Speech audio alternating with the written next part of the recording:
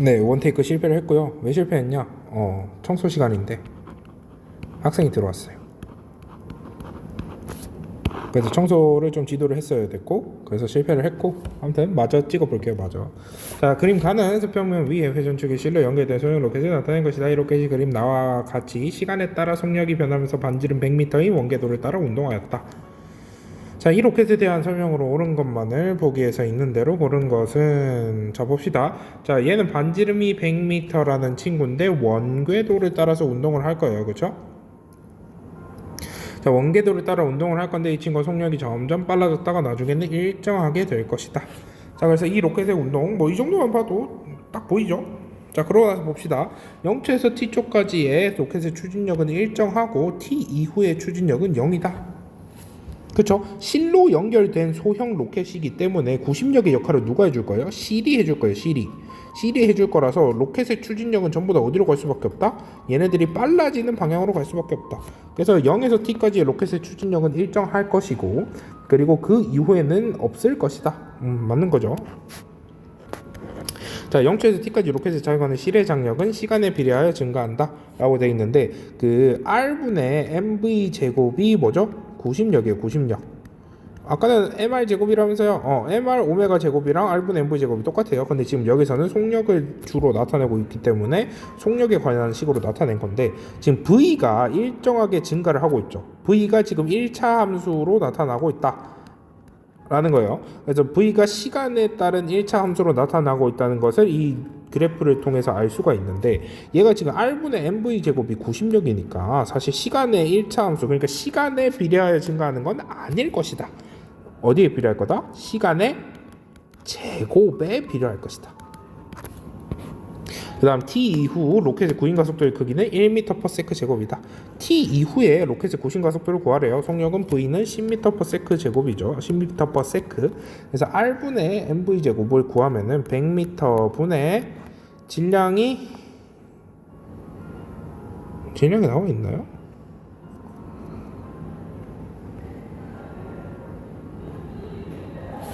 잠깐만요. 네, 지금 그 카톡을 조금 확인하느라고 시간이 좀 걸렸고, 아무튼간에 얘는 구심 가속도를 구하라 그랬어요. 얘는 구심력이고, 구심 가속도는 뭐죠? r분의 v 제곱만 하면 된다. 그래서 얘는 100. 그래서 정답은 1이 맞다. 정답은 그래서 3번이 될 것이다. 그 다음 12차시를 볼게요. 그림은 태양 주위의 타원 궤도를 돌고 있는 행성이 P, Q 두 위치 부근에서 같은 시간 동안 휩쓸고 지나간 면적 S1, S2를 나타낸 것이다. 자, 얘기했죠. 똑같은 면적을 지나가는 시간은 같다. 그러니까 면적 속도가 같다. 얘가 몇 법칙? 케플러 2법칙. 자, 그리고 이 케플러 2법칙이랑 3법칙, 1법칙을 이용해서 나타낸 게 뭐다? 반경, 얘까지 거리를 R이라고 하면은 R이랑 V를 곱한 값은 일정하다라는 식으로 우리가 알고 있어요. 그러고 나서 얘를 조금 볼 거예요. 이거를 꺼야겠네요. 자, 그래서 행성의 속력은 Q에서가 P에서보다 빠르다. 그쵸? 얘가 지금 P에서가 더 빠르죠. 그쵸? P에서가 더 빠를 수밖에 없어요. 왜? 이게 그 거리가 짧으면은 V가 커질 수밖에, 얘가 짧아지면 V는 커질 수밖에 없다. 그래서 P에서가 더 빠르다. 기억은 X. 행성의 가속도는 P에서가 Q에서보다 크다. 가속도가 크다라는 거는 그 변화량이 크다라는 소리죠. 그래서 행성의 가속도는 P에서가 Q에서보다 클 수밖에 없어요. 변화량이 크니까. 근데 변화량으로 생각을 안 해도 돼. 뭘로 생각해도 되냐? 구심력의 역할을 누가 할 거냐를 생각하면 돼요. 누가 할 거예요? 만유인력이라는 친구가 할 거다. 만유인력이라는 친구의 식을 보니까 R제곱분의 GMM이 나오더라. 가까울수록 구심력이 강할 수밖에 없다 라고 생각해도 되고, 그 다음 S1과 S2는 같다. 그쵸? 면적 속도는 일정했기 때문에 같은 시간 동안 움직인 면적은 같을 것이다.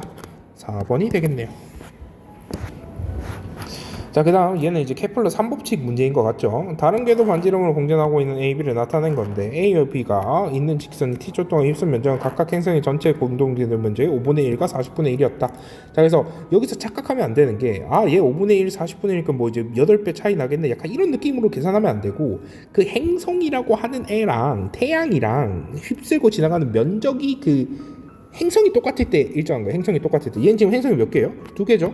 여기서 면적 속도 일정의 법칙을 이용해서 얘랑 얘를 직접적으로 비교를 하는 게 아니라 얘가 40분의 1 정도의 면적을 가졌으니까 40분의 1이라는 친구에다가 40배가 되면은 뭐가 될 것이다? 주기가 될 것이다. 를 생각해야 돼요. 면적 속도가 일정하니까 40분의 1 정도 같다는 거는 40배를 시키면은 그만큼이 주기가 될 것이다 가 되는 거죠. 얘도 똑같아요. 5분의 1 갔으니까 여기를 5배를 치면 얼마가 될 것이다? 주기가 될 것이다. 그래서 얘가 어떤 느낌이다? 5t가 될 거고 얘는 40t가 될 거다. 뭐 결국 결론은 똑같지만은 그 개념 자체를 착각해서 생각하면 안 된다. 이걸 강조하고 싶었던 거고. 그래서 tb라고 하는 친구는 몇 배다? 8ta가 될 것이다. 정답은 2번이 되겠네요. 그 다음 13차시. 그림은 태양 주위를 도는 지구와 목성의 질량과 공전 궤도의 반지름을 간략하게 나타낸 것이다. 이에 대한 설명으로 옳은 것만을 보기에서 있는 대로 고른 것은 자 그림은 태양 주위를 도는 지구와 목성의 질량과 공전 궤도의 반지름을 간략하게 나타낸 것이래요. 그래서 이제 지구랑 목성 얘네들 사이에 그 반지름 차이도 나타냈고 얘네들을 이제 원형 궤도로 생각을 좀 할 건가 봐요. 아무튼 간에 한번 봅시다. 태양으로부터 받는 힘은 목성이 지구보다 크다. 자 그럼 얘가 지금 뭘 생각하면 되죠? R제곱분의 GMM의 만유 인력을 생각을 해주면 된다. 자 지금 5R이고 R이에요. 그리고 300M이고 M이죠. 그래서 얘 태양이 지구에게 작용하는 힘은 R제곱분의 GMM이 될 거고 자 태양과 목성 사이에 작용하는 힘은 25R제곱분의 300GMM이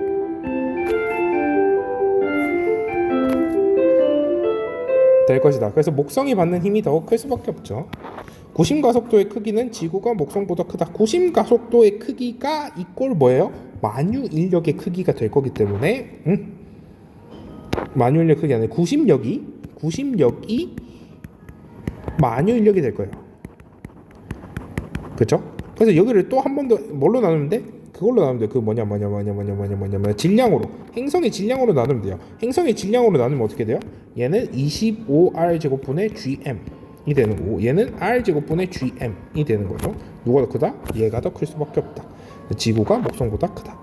목성의 공전 주기는 지구의 약 25배이다. 공전 주기는 어떻게 나타나요? 그 장반경의 제곱, 세제곱.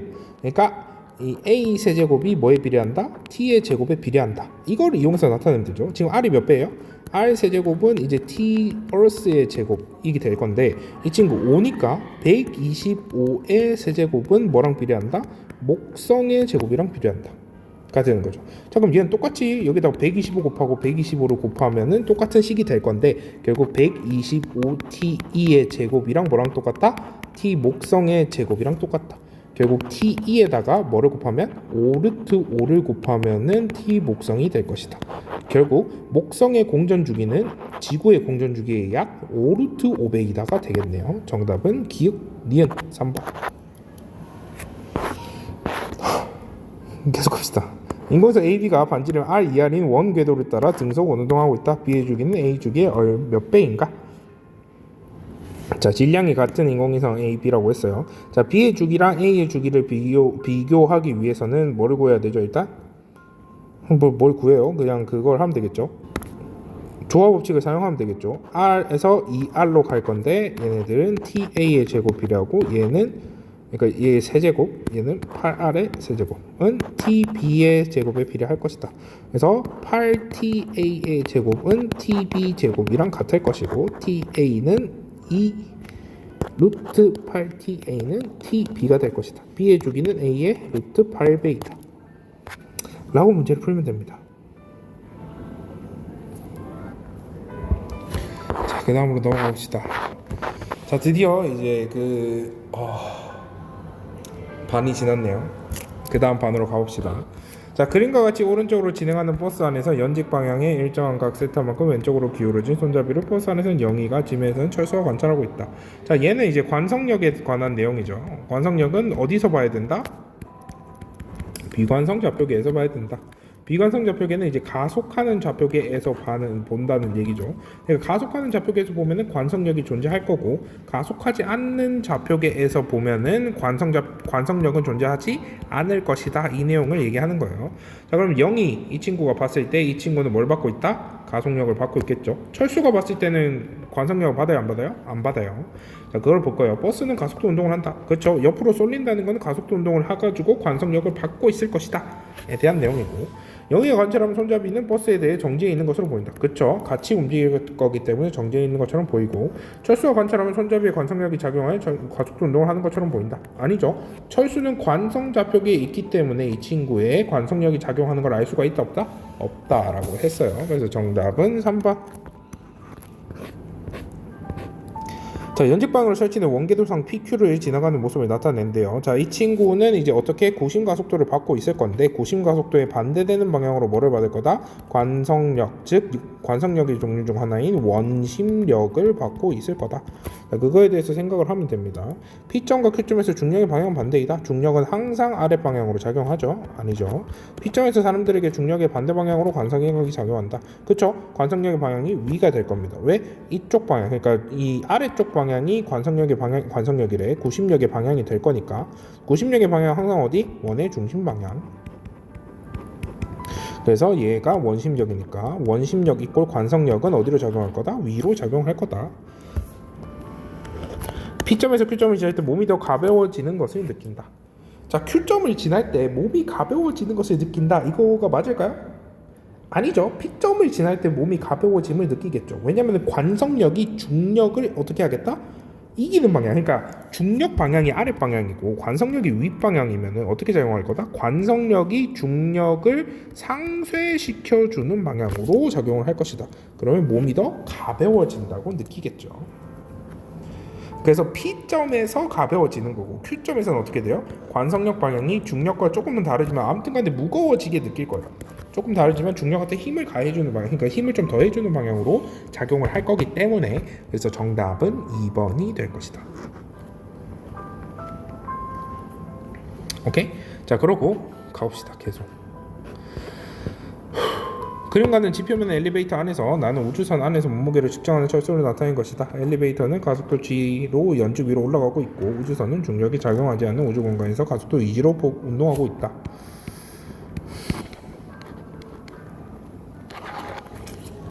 끝까지 갑시다. 자, 아무튼 얘는 지구에 있기 때문에 이미 mg라는 힘을 받을 거고, 관성력 g라는 가속도를 갖고 있는 엘리베이터 안에 있기 때문에 관성력도 mg로 아래로 받을 거예요. 얘는 지구 중력이 없기 때문에 관성력만 emg로 받는 상황이죠.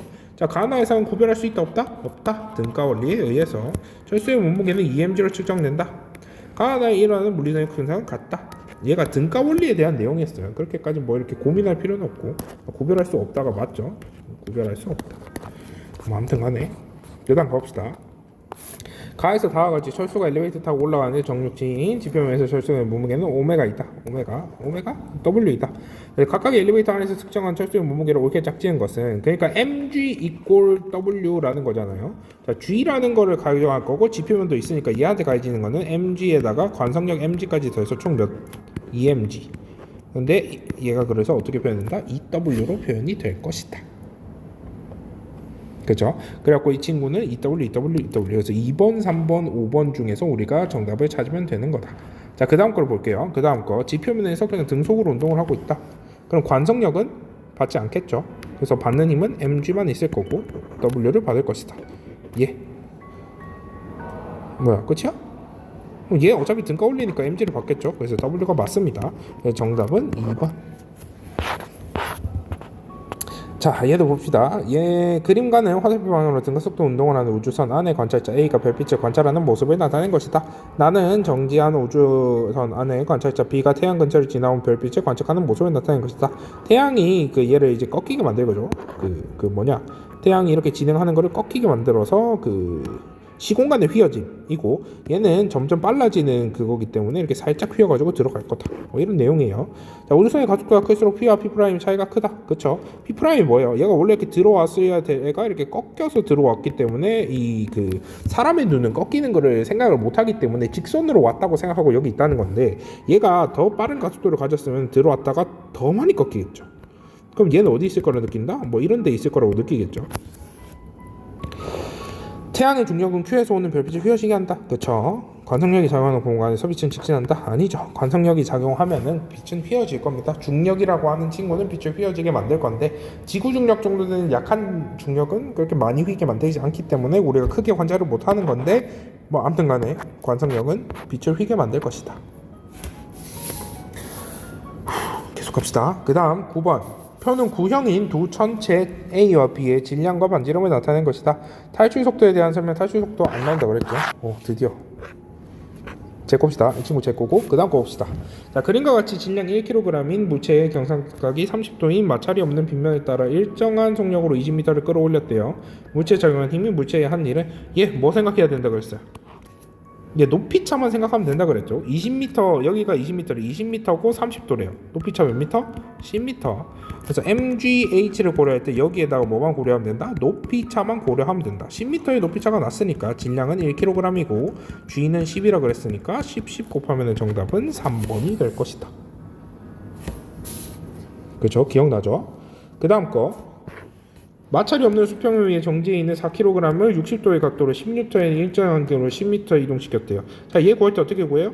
얘랑 얘가 이동하는 방향이랑 겹치는 방향의 힘만 구하면 된다 그랬어요. 겹치는 방향은 10N에다가 코사인 60도를 곱한 거. 그럼 얘는 얼마다? 5N이 되겠네요. 코사인 60도는 2분의 1이니까. 그래서 얘는 50줄의 힘을 받았겠죠. 그렇죠? 그러고 나서 얘 이제 뭐 다양한 걸 풀기 위해서 좀 더 얘기를 해보면은 10N의 이 위로 작용하는 힘. 10N에 사인 60도이기 때문에 얼마다? 5루트 3N일 겁니다. 위로. 그리고 얘가 이렇게 아래로 작용하는 힘은 40N이겠죠. 그러면서 문제를 봅시다. 수직항의 크기 40 빼기 5루트 3 맞죠? 그러니까 밑으로 40N을 작용하고 위로 5루트 3N을 작용하는데 여기서 남는 애들을 전부 다 누가 감당할 거다? 수직항력이 감당할 거다. 그러니까 바닥을 강하게 누르면 얘가 강하게 반발하듯이 그러니까 뭐 그거에 딱 맞게 감당을 하는 거예요. 내려가는 힘에 딱 맞게 40 빼기 5루트 3N만큼 감당을 해서 얘가 아래로 안 떨어질 것이다. 물체 한 일 100줄 맞아요? 아니죠? 물체 한 일 아까 구했듯이 50줄이에요. 50줄. 그래서 2번이 정답이다. 나머지는 뭐 풀면은 맞을 겁니다. 네, 맞을 거예요. 얘는 두 개 안 나온다고 그랬어요. 그렇죠? 그리고 얘를 봅시다. 온도가 15도씨이고 질량이 0.5kg이면 물의 온도를 45도씨까지 필요한데 연료량은 Q는 CMT, C암탁이라고 했는데 T가 어떤 친구? 델타 T다. 델타 T가 몇 도? 30도다. 근데 얘가 질량이 몇 킬로? 0.5kg이다. 그래서 그 다음에 C는 비열인데 비열이 몇? 1kcal kg이다. 그래서 얘가 어떻게 된다? 1. 얘는 얼마? 0.5. 얘는 얼마? 30. 다 합치면은 15. 1번이 되겠네요. 그렇죠? 그 다음 이 친구로 봅시다. 5kg이 두 개를 2m 높이로 20회 낙하시킬 거예요. 자, 5kg 두 개, 10kg이죠. 2m 높이 그 MGH에서 G부터 곱합시다. 10m/s 제곱에 2m 높이를 가해서 한 번 떨어질 때마다 200줄의 그 에너지를 가할 텐데 얘를 몇 번 시킬 거다? 20번 시킬 거다. 그래서 총 몇 줄? 4000줄의 에너지를 공급하고 있는 실험 도구다 라고 생각하면 됩니다. 자, 추가 낙하하는 동안 중력 포텐셜 에너지는 증가한다? 아니죠. 열 에너지가 역학적 에너지는 아니죠. 역학적 에너지가 열 에너지로 전달되고 있는 거예요. 물체가 어떻게 된다? 추가 떨어지면 여기 내부가 이렇게 회전해 가지고 물을 데필 거다. 자, 추가 낙하하는 동안 열 에너지로 전환된다. 그렇죠. 그래서 정답은 D급 2번이 되겠죠. 이 문제는 좀 약간 띠꺼우니까 얘를 10m/s 제곱 그리고 1칼로리당 4줄이라고 생각하라 그랬어요. 자, 그러면 얘가 어떻게 된다? 4000줄에 1칼로리가 4줄이니까 교환을 시키면은 1000칼로리가 될 것이다. 뭐 대충 이렇게 풀면 됩니다. 그 다음 그림과 같이 동일한 면의 전하량 314쿨롱인 A, B, C가 놓여져 있고 A가 B에게 작용하는 전기력의 크기가 F래요. A가 B에게 작용하는 거 1m에다가 3, 1이니까 대충 얘가 얘한테 작용하는 건 플러스 플러스니까 방향은 이쪽 방향이고 F가 될 건데 얘가 R 제곱분의 K의 Q1, Q2인데 어떻게 되겠다? 1이고 3이니까 3K가 되겠다. 3K. 3K쯤 되는 애가 F다. 그러고 나서 이제 나머지를 계산하면 되겠죠. A와 C가 B에 작용하는 힘의 크기. 자, 그럼 A가 작용하는 힘의 크기는 이미 구했어요. 이 정도로. 자, C가 작용하는 힘의 크기는 얼마예요? 4K만큼 작용을 하겠죠. 왜? 1m 동일하고 K는 바뀌지 않으니까 4쿨롱, 1쿨롱만 이렇게 집어넣으면 되잖아요. 그렇죠? 4K가 작용할 거예요. 자, 그러면은 이쪽으로 4K, 이쪽으로 3K면 두 개 합치면 어떻게 된다? 이쪽 방향이 될 건데 두 개 합친 거는 여기가 4K이고 여기가 3K인 직각삼각형이니까 여기는 5K가 될 수밖에 없다. F가 3K라 그랬으니까 5K라고 하는 친구는 3분의 5F가 될 것이다.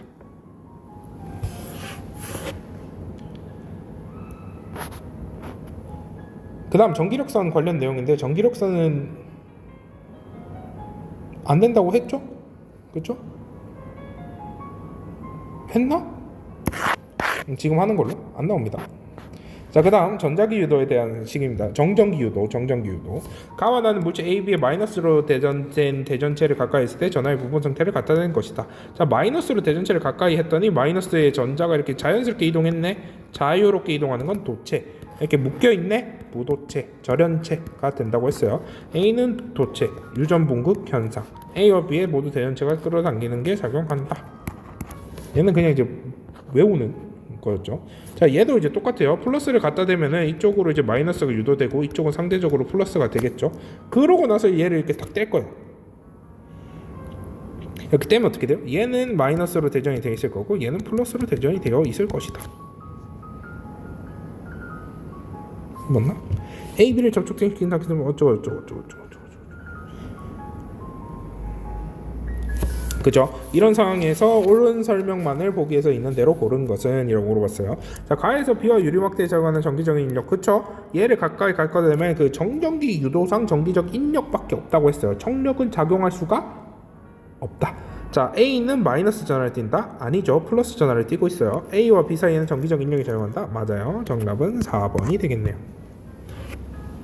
그러니까 얘가 어떻게 된 거냐? 정전기 유도로 여기 내부에 있는 도체 내부에 있는 친구들이 그 자유전자들이 옮겨지는 거죠. 플러스 방향으로 전자들이 막 이렇게 옮겨가서 이제 B에는 전자들이 가득하고 A는 전자가 부족한 거야.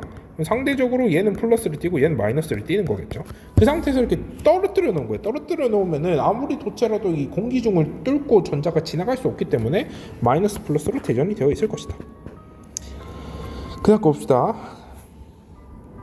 회로에 흐르는 전류의 세기를 시간에 따라 나타낸 것이다. 9초 동안 이 회로의 도선의 한 단면을 지나가는 전하량은 얼마인 것인가? 자, 전류가 어떤 식이다? dt분의 dq다. 그래서 얘에다가 전류에다가 시간을 곱하면 뭐가 튀어나올 거다? 전하량이 튀어나올 거다. 그래서 얘네들 면적을 구하면 뭐가 나올 거다? 전하량이 나올 거다. 면적 구해봅시다. 3 곱하기 3 나누기 2는 2분의 9. 자, 3 곱하기 3은 9. 그래서 3 곱하기 3은 9. 여기 있는 게 9, 여기 9, 여기 2분의 9. 얘도 2분의 9. 그럼 다 합치면 27쿨롱이 되겠네요. 그렇죠? 그래서 전류랑 시간 그래프에서 면적을 구하면 되는 문제였어요. 그 다음 도선 ABC를 나타내는데 A의 저항값이 105mm. 얘가 105mm예요. 저항이라고 하는 친구는 비저항에다가 그 면적이 클수록 작고 길이가 길수록 크다가 되는 친구였죠. 자, 그럼 얘는 길이가 짧아졌죠? 그럼 얘는 이제 몇 옴이 될 거다? 55옴이 될 거다. 그죠? 얘는 길이도 짧아지고 면적도 짧아지고 똑같이 됐어요. 그러니까 얘네들의 변화가 똑같아. 4분의 1이랑 4분의 1이 똑같이 들어가요. 그럼 얘는 얼마가 될 거다? 100옴이 그대로 될 거다. 그 저항에 대한 식을 아는가에 대한 문제였어요. 그 다음 합성저항에 대한 문제죠. 합성저항이라고 하는 친구는 직렬로 연결됐을 때 플러스 할 거고 병렬로 연결됐을 때 역수를 플러스 할 거다 라고 했어요. 기억하면 되고. 자, 그럼 얘네들을 하나씩 극복을 해볼 건데 전부 다를 한 번에 더하는 식은 존재하지 않으니까 끝에서부터 차례차례 더할 거예요. 자, 여기 있는 얘네들을 먼저 더할 건데 얘네들 사이에 갈림길이 있어요, 없어요? 없죠. 갈림길이 없다는 거는 얘랑 얘는 어떻게 연결되어 있다? 직렬로 연결되어 있다. 직렬은 어떻게 해라? 그냥 더해라. 더해서 만든 합성저항이 얼마다? 3옴 더하기 2옴 더하기 1옴이니까 6옴의 합성저항이 생길 것이다. 그쵸? 그러고 나서 이제 또 계산을 해볼 건데 여기 이렇게 딱 들어올 건데 여기서 갈라지죠. 갈라진다는 건 얘랑 얘는 이제 어떻게 연결되어 있다? 병렬로 연결되어 있다. 6옴과 6옴이 병렬이네. 그럼 병렬을 어떻게 더해라? 역수로 더해라. 6분의 1 더하기 6분의 1은 3분의 1이니까 두 개 합친 거는 3옴이 되겠네요. 다시 얘를 한 번 더 하는 거야. 한 번 더 할 거야. 얘네 이렇게 갈 건데 얘네들 사이에는 갈림길이 있어요, 없어? 없죠. 그래서 1옴, 3옴, 4옴이니까 몇 옴? 8옴이다. 갈림길이 없기 때문에 직렬이고 직렬은 그냥 더하면 해결이 된다. 그 다음 가봅시다. 병렬을 구할 때 어떻게 해요? 얘네들한테 걸리는 전압이 똑같을 것이다. 전위차가 똑같을 것이다. 전위차가 왜 똑같냐? 전위가 감소하기 위해서는 저항을 만나야 되는데 이쪽에 여기 그려놓은 이 경로상 저항이 존재한다 안 한다? 안 한다. 저항이 없다. 이꼴 전압이 강화되지 않는다. 얘가 11V만큼 업그레이드 시켜주는 기전력이니까 여기도 이제 똑같이 저항이 없어요. 자, 이쪽 파트가 0이라는 전위를 가지고 있으면 여기는 12라는 전위를 가지고 있죠. 그러니까 지금 같은 볼트 단위를 써서 헷갈릴 수 있는데 얘는 전위차를 만드는 애. 얘는 전위예요. 전위. 알겠죠? 그러고 해서 얘가 이제 저항을 지나면 어떻게 될 거다? 전압이 강화가 될 거다. 근데 병렬에서 강화되는 전압은 전부 다 똑같다. 그래서 전부 다 12V씩 강화가 될 건데 강화되는 양은 IR이니까 I1은 6A, I2는 4A, I3는 2A가 되겠죠. 그럼 문제를 봅시다. 회로 전체 합성적부터 구하라고 하네요. 2분의 1 더하기 3분의 1 더하기 6분의 1은 얼마죠? 6분의 3, 6분의 2, 6분의 1이니까 1이죠. 그럼 합성정은 1호 맞습니다. 그렇죠? 그 다음 회로 전체에 흐르는 전류의 세기는 11분의 12A이다. 맞아요? 아니죠. 6A, 4A, 2A를 다 더해야 돼요. 그 분기점의 규칙이라 그래가지고 여기서 이제 10A로 가고 있던 친구가 두 개로 갈라지면은 뭐 4A, 6A로 갈라지든 뭐 2A, 8A로 갈라지든 아무튼간에 얘네 두 개가 이제 더했을 때 똑같아야 된다는 거죠. 그래서 얘를 지금 6A, 4A, 2A로 다 구했기 때문에 얘네들이 갈라졌을 경우의 수가 어떻게 될 것이다? 전부 다 더하는 값이 돼야 된다. 왜? 지금 봐봐요. 헷갈릴 수 있는데 6, 4, 2가 어떻게 돼요? 여기서 합쳐질 거라는 거죠. 12A가 돼야 된다. 6, 4이니까 3대 2대 1 맞죠? 그래서 정답은 기억 D가. 자, 전열기에 표시되어 있는 전기용품 안전관리법에 대한 표시의 일부분이다. 뭐 AC 220V, 60Hz, 11A, 11W. 자, 이거는 뭐 수업 시간에도 아마 설명을 했을 거니까 ACDC에 대한 설명은 제크고 그냥 전력에 대한 얘기만 좀 해볼게요. 자, 전열기를 220V에 연결해서 사용했을 때 이에 대한 설명을 온 것만 보는 것은 저항값은 4400Ω입니다. 얘를 어떻게 구하냐? 전력이 P는 VI예요. VI. 지금 I는 알아 몰라. 모르니까 뭐를 쓸 거다? R분의 V 제곱을 갖다 쓸 거다. 근데 V가 지금 몇이다? 220V다. 220V의 제곱은 20이니까 4640, 46,400이죠. 그죠? 맞나? 48,400인가? 그렇죠? 얘가 얼마인가에 따라서 이 값이 얼마가 될 거다? 11W가 될 것이다. 그래서 R은 얼마가 되냐? 4400ohm이 될 것이다. 전열기에 흐르는 전류의 세기를 구하래요. 전열기에 흐르는 전류의 세기 V는 IR을 지켜야 되는데 R이 4400ohm이고 볼트는 얼마요? 220V. 자, 그럼 R은 얼마가 될 수밖에 없다? 20A가 애초에 될 수가 없다. 얼마죠? 얘 구하면 20분의 1인가요? 20분의 1A가 되겠죠. 자, 전열기를 110V 전원에 연결하여 사용하면 소비 전력은 2.75V이다. 얘를 이만큼을 감소시킨다는 것은 4분의 1을 시킨다는 거예요. 전력을. 왜? 아까 여기 있는 식 봐봐요. 이 식을 봐봐. 이 식이 얘가 2분의 1배가 된다는 건 P 값은 몇 분이 되면 4분의 1배가 될 것이다. 그래서 정답이죠. 4번. 원래 11A였으니까 그걸 4로 나누면은 428, 47, 28, 45, 20, 11W. 암페어가 아니라 11W였으니까. 자, 얼마 안 남았어요. 마지막 페이지예요. 그림은 불순물 반도체 ABC를 접합하여 만든 트랜지스터를 전원에 연결한 회로를 나타낸 것이다. 가변 전원의 미세한 전압에 의하여 저항에 걸리는 전압이 매우 크게 많다. 보기에 있는 대로 고른 것은, 자, 이 친구 봐봐요. 지금 트랜지스터인데 선생님이 얘기했죠. 이미터랑 베이스 사이에는 항상 뭐를 연결해줘야 된다? 순방향을 연결해줘야 된다. 어디가 플러스죠? 여기가 플러스, 여기가 마이너스. P에다가 플러스, B에다가 N. 이렇게 연결해야겠죠. A는 P, B는 N, C는 P 이런 식이 될 거예요. A는 P형 반도체이다. 저항의 전류가 될 때 A의 주요 전압 운반자는 대부분 B를 통과하여 C로 이동한다. A의 주요 전하 운반자는 뭐죠? 양공이에요. 양공이 그대로 이렇게 따라가서 이동을 할 거예요. 어디를 따라서? 2m를 따라서 베이스로 이동을 해야 되는데 여기에 쌓여가지고 이동을 더 이상 못하는 상황에서 컬렉터가 세게 걸어주면 어떻게 될 거다? 이동을 할 수밖에 없게 되는 거예요. 그러니까 베이스가 굉장히 얇기 때문에 이동하는 거다 라고 했어요. 그래서 얘는 이동할 거예요. 그 다음 원자가 띠 양공보다 전도띠의 전자가 더 많은 불순물 반도체. 아니죠. 얘는 P형이니까 양공이 더 많은 반도체입니다. 3번. 이 친구는 문제를 풀어줬지만 뭐 한 번 더 해볼게요. 얘를 할 때 어떻게 해라? 전위를 나타내면서 풀어라. 그래서 문제를 볼게요. RB랑 RC 두 개의 전압을 이용해가지고 IC가 23mA래. IC라는 건 뭐야? 컬렉터에 흐르는 전류니까 여기에 흐르는 이 위를 흐르는 전류가 얼마가 될 거다? 23mA가 될 거다. 자, 그리고 얘 옳게 짝지은 것을 물어봤는데 전류 증폭률을 나타낸 거예요. 전류 증폭률 100. 전류 증폭률이 100이라는 거는 베이스에 흐르는 전류에다가 100을 곱하면 뭐가 나올 거다? 컬렉터에 흐르는 전류가 나올 거다. 그래서 베이스에 흐르는 전류가 어떻게 될 거다? 0.23mA가 될 거다. 그죠? 그리고 베이스와 이미터 사이에는 0.7V, 얘랑 얘 사이에는 전압 강화가 0.7V 이루어졌대요. 다이오드 양단의 전위차는 1.7V, 얘랑 얘 사이가 1.7V, 그리고 컬렉터와 이미터 사이가 5V가 이어진 거죠.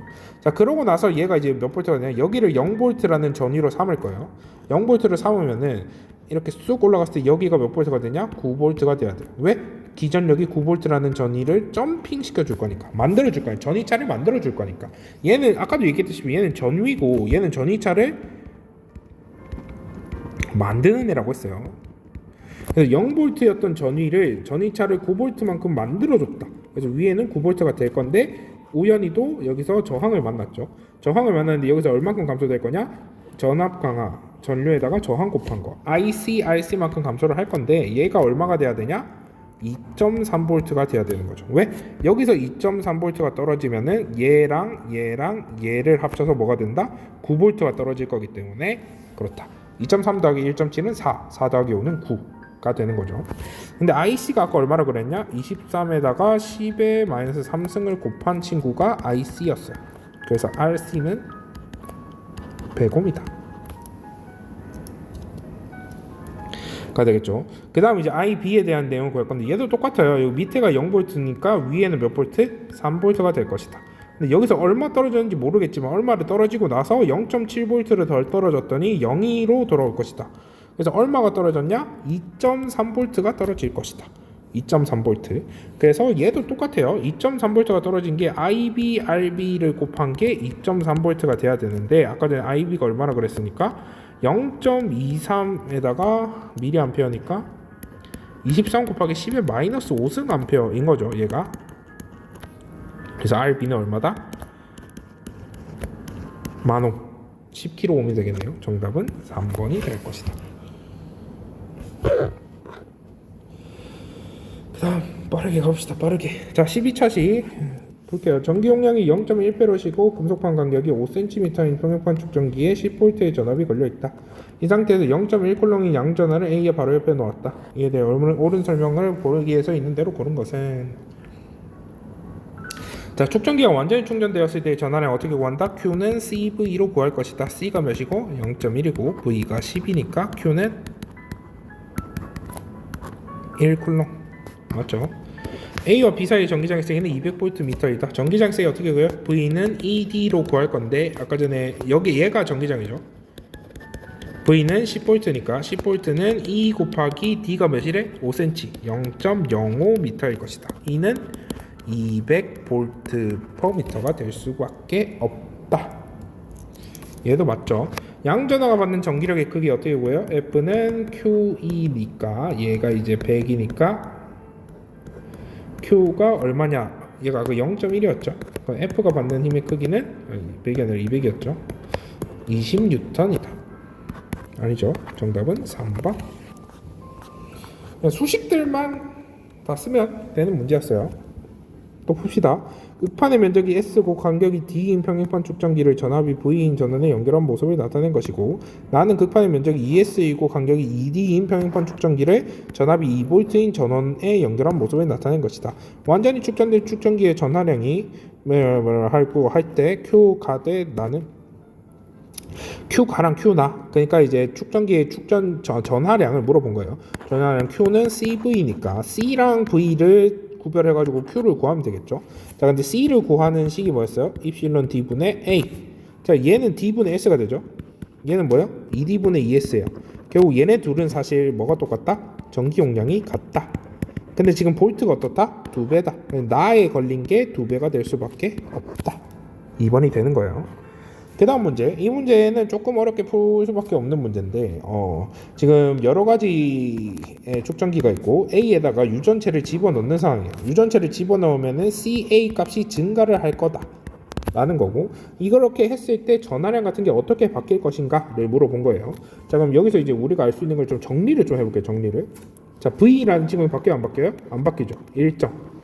자, B랑 C의 전기 용량 바뀌어요? 안 바뀌어요? 안 바뀌어. 일정해. 그래서 얘네들을 그냥 합성 전기 용량으로 하나로 표시를 할 거예요. 하나로. 합성 전기 용량 C2로 표시를 할게요. 얘는 바뀌어? 안 바뀌어? 안 바뀌어. 그쵸? 이렇게 일정한 상황으로 볼 거예요. 자, 그러고 나서 이제 전하량을 측정을 한번 해볼 건데, 자, 얘가 바뀌었을 때 전하량이 어떻게 바뀔 것인가를 한번 측정을 해볼 건데, 그 전기 용량 축전기 얘기할 때 얘기했지만은 직렬로 연결을 하면은 전하량이 어떻게 될 것이다? 똑같이 충전이 될 것이다. 그래서 얘를 봤을 때 A에 충전되는 전하량을 Q라고 하면은 여기 합성 전기 용량에 충전되는 전하량도 Q가 될 것이다 라고 얘기를 했어요. 이 Q를 어떻게 구할 거냐? 그냥 얘네 두 개 합친 합성 전기 용량에다가 이 V를 곱해가지고 구할 것이다 라는 전략을 가지고 출발을 할 겁니다. 자, 그래서 봅시다. CEQ분의 1, 그러니까 모든 걸 다 합친 합성 전기 용량은 A의 합성 전기 용량에다가 얘네 B랑 C를 합친 합성 전기 용량을 이렇게 더한 거를 역수를 취하면 된다 라는 소리예요. 그래서 CEQ라고 하는 친구는 우리가 왜 구하냐? 이렇게 구할 거기 때문에 CEQ가 커진다면은 Q가 자연스럽게 커질 것이다 라는 얘기를 하고 싶어서 하는 거예요. 자, CA가 커지면은 얘가 어떻게 될 것인가를 볼 건데, CEQ라고 하는 친구는 CA분의 1 더하기 C2분의 1이에요. 그쵸? 자, 이런 상황인데 CA가 커져요. 그럼 이 값은 어떻게 되죠? 작아지죠. 그럼 분모 자체가 어떻게 돼요? 작아질 거예요. 분모가 작아진다는 건 CEQ가 어떻게 된다는 거예요? 증가한다는 소리죠. 그럼 CEQ가 증가하면 전하량이 어떻게 될 거다? 증가할 것이다. 증가하는구나. 그 다음 금속권 사이에 전이차가 커진다고 되어 있는데, 전이차가 어떻게 가지냐? 얘가 V라고 하면은 얘가 일정 전이를 감소시키고 얘도 일정 전이를 감소시킬 거예요. 얘네 두 개를 다 감소시키면 V라는 값이 나와야 되니까 얘네들 사이의 비율이 어떻게 분포가 될 건지를 좀 알아보면 되는데, 그 Q가 같다고 했잖아요. 그럼 C가 그러니까 Q가 같다고 했으니까 A에 저장된 QA랑 얘네 BC랑 같이 저장되는 뭐 Q2가 같다고 했으니까 얘네들은 CAVA랑 C2V2를 봤을 때 얘네 두 개 같다는 거예요. 같아. 근데 얘가 점점 커진대. 그러면은 얘가 어떻게 될 수밖에 없어요? 작아질 수밖에 없어요. 왜? 그러니까 자, 여기서 보면 CA가 점점 커진대요. CA가 점점 커지면은 어떻게 돼요? V2, 그러니까 VA가 작아질 수밖에 없는 값이라는 거죠. 무슨 느낌인지 알겠죠? 그러니까 얘가 전이차가 작아질 수밖에 없는 거예요. 자연스럽게. 그죠? 왜 자연스러운지 알겠죠? 그러니까 얘 경우의 수를 좀 따져보면 돼요. 얘 CA가 증가할 때 VA가 안 작아지고 같이 증가했다고 쳐봐요. 그럼 C2, V2 값이 커져야 되잖아요. 근데 C2는 일정해. 얘 변해요? 안 변해. 변함이 없단 말이야. 변함이 없는데 커지려면 뭐가 커져야 돼? V2가 커져야 돼요. 근데 지금 얘가 V가 일정하죠. V가 일정하다는 거는 VA 더하기 V2 값이 일정하다는 거예요. 근데 VA랑 V2가 둘 다 커질 수가 있어요? 없다 이거지. 전이차가 커질 수밖에 없다. 커진대. 작아질 수밖에 없다. CA가 커지면 얘가 작아져가지고 얘네들 좀 약간 일정하게 유지를 해야지, 같이 커지면은 어떻게 된다? 모순된다. 자, A에 저장된 전하량이 B와 C에 저장된 전하량 합보다 크다라고 했는데 얘는 아니죠. 왜 아니죠? 전하량은 그 어디로 빠져나가거나 없어지지 않는다 그랬어요. 그래서 얘네들의 저장된 전하량이 똑같다고 해가지고 똑같습니다. 아무튼 직렬이니까. 그 다음 거 얘도 뭐 그냥 하면 되죠. 자, 얘를 연결시키기 전에, 그러니까 얘를 이 스위치를 연결을 딱 시키기 전에는 어떻게 연결되어 있냐? A랑 B가 그냥 직렬로 연결되어 있어요. 직렬로 연결되었을 때 어떻게 될 거다? A에 저장되는 전하량과 B에 저장되는 전하량이 같을 것이다. 뭐랑? 전체에 저장된 전하량이랑 같을 것이다 라고 했어요. 그래가지고 얘네들 그냥 구하면 전원장치의 V라는 그 전기력 기준력을 발생시키는 장치라고 보면은 얘들 합성저항으로 뭘 구하면 된다? 전하량을 구하면 된다. 합성저항부터 구해보자고요. 2분의 1 더하기 1은 CQ분의 1. 합성저항은 그래서 얼마? 3분의 2 마이크로페라. 여기다가 V를 곱한 게 뭐가 될 것이다? Q가 될 것이다. 자, 그래서 얘가 완전히 저장된 전하량이 Q라고 했으니까 이 친구가 얼마가 된다? 3분의 2 마이크로페럿에다가 V를 곱한 게 될 것이다. 얘를 이제 스위치를 연결시키면 어떻게 된다? 얘네들이 합성저항으로 만들어지죠. 합성저항이 어떻게 돼요? 병렬은 그냥 더하라 그랬어요. 2 마이크로페럿으로 바뀌어요. 2 마이크로페럿을 직렬로 연결해서 합성저항은 1 마이크로페럿이 되는 거죠. 여기다가 V를 곱한 게 연결 후에 전하량이 될 거죠. 연결 후의 전하량은 이거고 연결 전은 Q라고 했으니까 얘는 어떻게 될 것이다? 2분의 3Q가 될 것이다. 정답은 4번. 진짜 길고도 먼 여정이었는데 중간에 굉장히 많이 포기하고 싶었고 끝까지 달려온 제가 너무 자랑스럽고, 여러분 공부 열심히 하시고 화이팅 하시길 바랍니다. 좋은 결과 얻어가시길 바라겠습니다. 끝.